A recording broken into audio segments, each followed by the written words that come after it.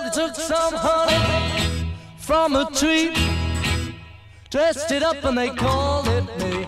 Everybody's trying to be my baby. Daniel.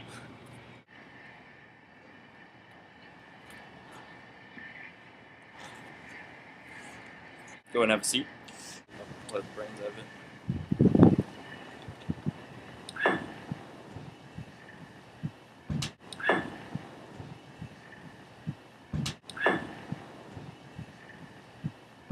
So Daniel, how long have you been making rock holds? I started making rock climbing handholds when I was in high school in my parents' basement. We were big rock climbers, and I originally wanted to make some holds for my climbing wall to try to save some money so that we didn't have to buy from other manufacturers. So we started experimenting in my parents' basement, and eventually we figured out what the big companies were doing, and we started doing it on a small scale. Who's we? My brother and I, we started the business together.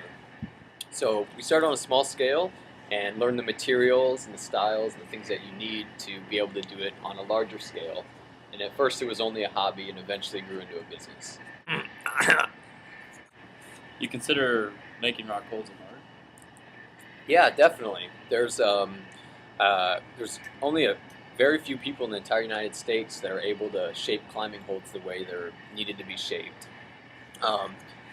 So when I was younger, I was always into art projects. We were always painting, or we were sculpting, blowing glass, things like that. And then eventually we started shaping climbing holds, and it's a very unique process.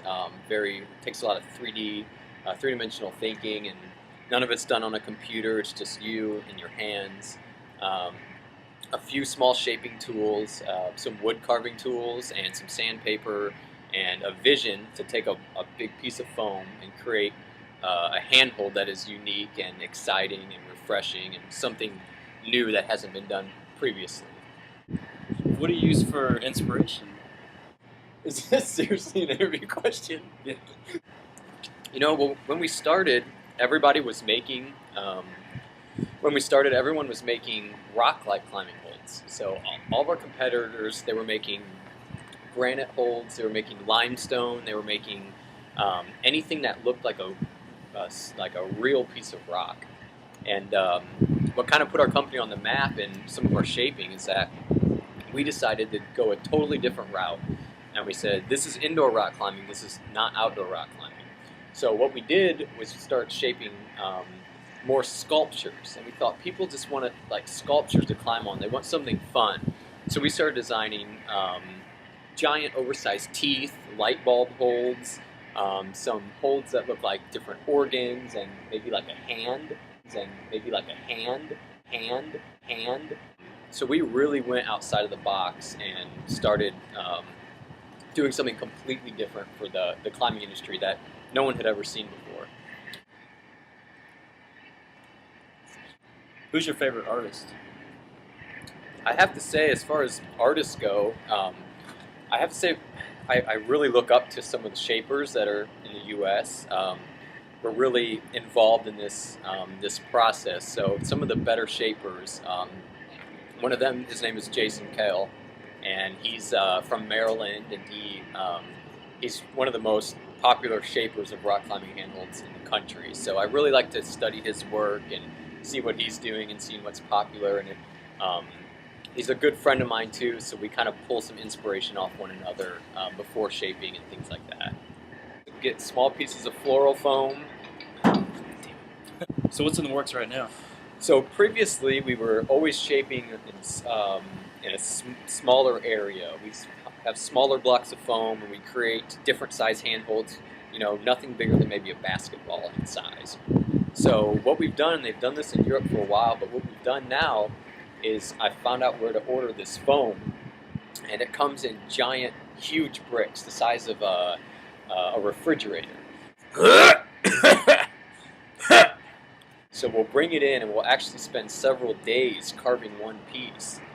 So I'll sit there and, same process. You have an idea of what the finished product is going to be, but you really you dive in. You've got a whole lot of space to work with, and we'll shape life-size climbing holds. So some of these holds are as tall as I am and 4 feet wide. So it's really been a different thing and a new thing for the U.S. But it works the same way as the smaller holds. The foam actually, you wouldn't think it, but when you mold the foam with the silicone rubber, those little pores, the tiny little bitty pores in it, is what creates the texture on the rock climbing hold. It's very unique. So once you mold the foam, then you've got your silicone mold, and then we pour our materials, our liquid, into the mold, part A and a part B, and some pigment.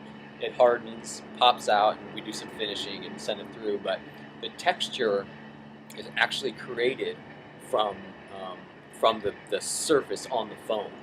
So it's a pretty interesting discovery. We've used all sorts of different foams from different shore hardnesses and different manufacturers to figure out what foam is the best, what foam creates the hardest texture, the lightest texture, things like that. Excellent. Well, Dan, I want to thank you for meeting me today, and please keep up the good work. All right, thank you. I'm a drummer. I'm a drummer. Organs. He's a drummer. Well, they took some honey from a tree, dressed it up and they called it me. Everybody's trying to be my baby. Everybody's trying to be my baby. Everybody's trying to be my